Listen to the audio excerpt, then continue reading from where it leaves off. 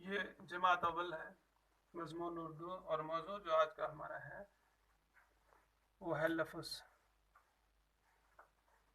लफ्ज़ क्या है स्टूडेंट? सबसे पहले ये देखना है कि लफ्ज़ क्या है।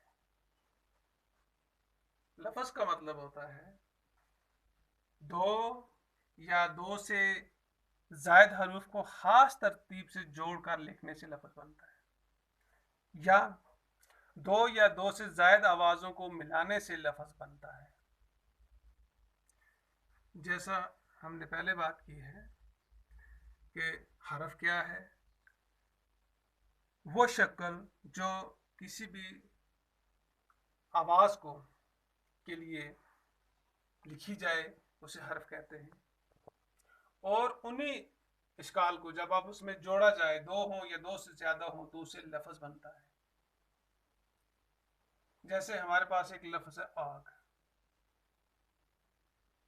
आग, अलिफ जमा गाफ, आग। ये आवाज़ें भी हैं, अलिफ अलिफ गाफ, ये अलग अलग आवाज़ें भी हैं, ये हरूफ भी हैं।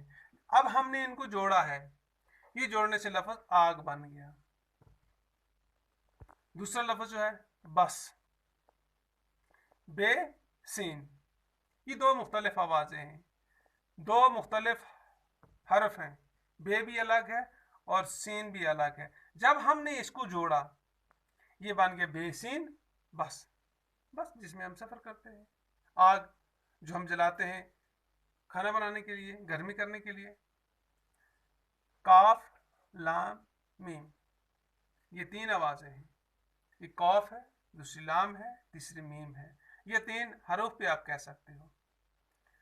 इन तीनों को जब हमने जोड़ा, जमा किया, तो एक लफ्ज़ बन गया कलम।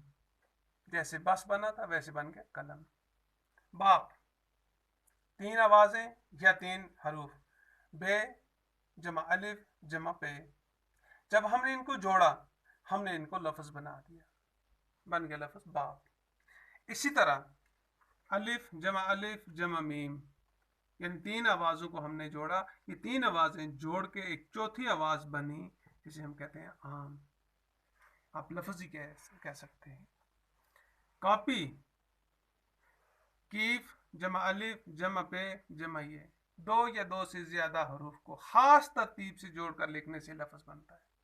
अब लफ्ज़ की आगे हम बताएंगे कि लफ्ज़ की कितनी किस्में हैं। दो हरफी लफ्ज़ है, सह हरफी लफ्ज़ है, चार हरफी लफ्ज़ है। यानी एक लफ्ज़ में दो हरूफ आते हैं, हरफ आते हैं, तीन आते हैं, चार आते हैं, पाँच आते हैं, छः आते हैं। अगले वीडियो में हम उन पे बात करेंगे, उनको समझाएंगे कि दो हरफी लफ्ज़ कैसे बनता है, तीन हरफी लफ्ज़ कैसे बनता है। तो ये बन गई कापी।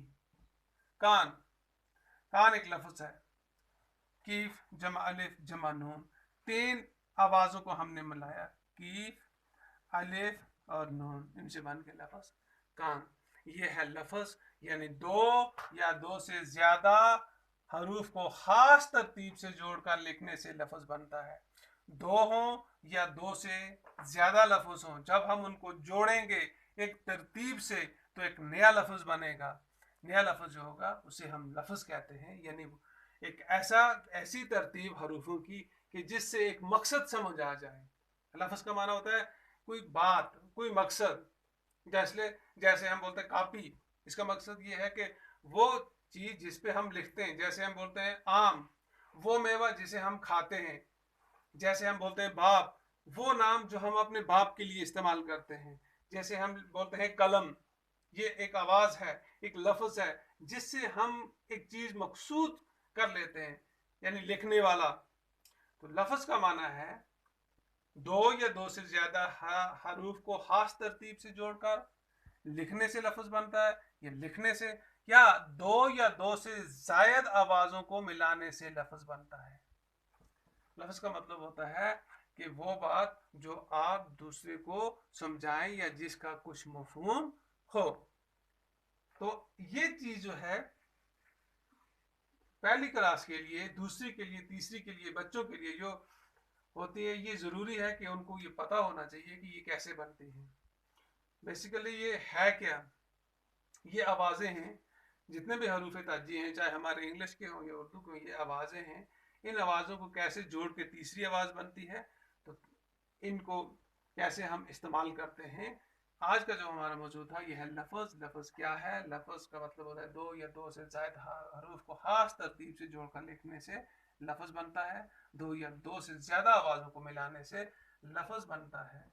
तो अगले वीडियो में हम दो हरफी, सहरफी और चार हरफी, यानी दो वो लफ्ज़ जो दो हरफों पे मुश्तमिल हो, वो लफ्ज़ जो चार हरफों पे मुश्तमिल हो, वो हरफ जो 5 लफ्ज़ों पर मुश्तमिल हो, उसकी हम प्रैक्टिस करेंगे। Thank you.